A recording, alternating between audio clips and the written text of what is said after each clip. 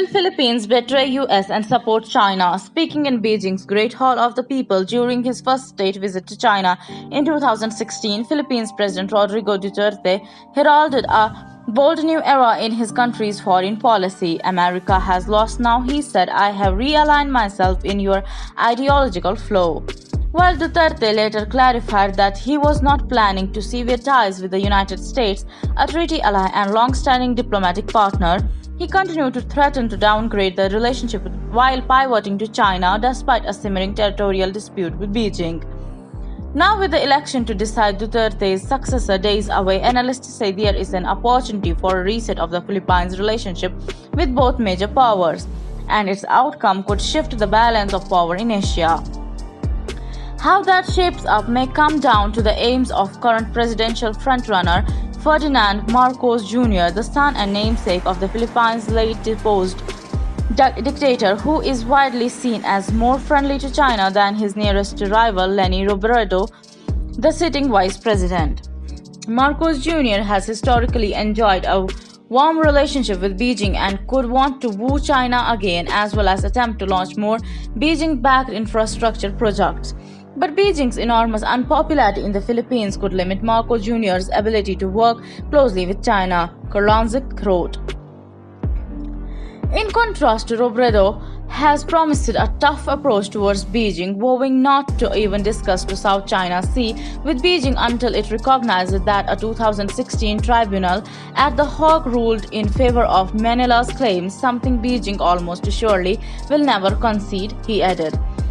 On one contentious issue in the relationship between China and the Philippines is the 2016 ruling on their territorial dispute over the South China Sea.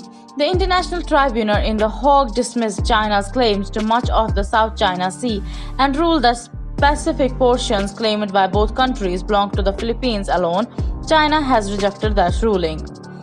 But if Marcos tries to shift Manila toward Beijing, it might present a serious problem for regional security and U.S. forces. Kurlanzik added that the Philippines is central to the U.S. position in the South China Sea and toward Taiwan. Still, Kurlanzik said that both candidates will likely build closer ties with Washington. Also, Australia to develop cutting-edge submarine drone amid threats of Chinese base in its backyard. Australian Defence Minister Peter Dutton has announced a $2 billion investment in developing cutting-edge unmanned submarine technology to bolster Australia's undersea warfare capabilities and growing regional tensions with China in the South Pacific. The Australian Department of Defence will collaborate with Endural Australia to design and produce 3 extra-large autonomous undersea vehicles (XL AUV) for undersea drones. The latest arms purchase comes after Beijing signed a security agreement with the Solomon Islands government, which might allow the Chinese Communist Party to station troops, weaponry, and navy ships on the Pacific island. This is some 1,700 kilometers north of Cairns in Australia NJ. Full implementation of the agreement could rekindle South Pacific hostilities similar to those in the South China Sea. Furthermore, the recent disclosure that China inked an agreement with the island in 2019 to develop it into an aeronautical hub has exacerbated regional concerns. So guys, this was for today. Give us your thoughts on this in the comment section, and if you appreciate our content, please hit the like button and subscribe to our channel. Share this video with your family and friends. We will meet soon in a new video. Thank you. Jai Hind.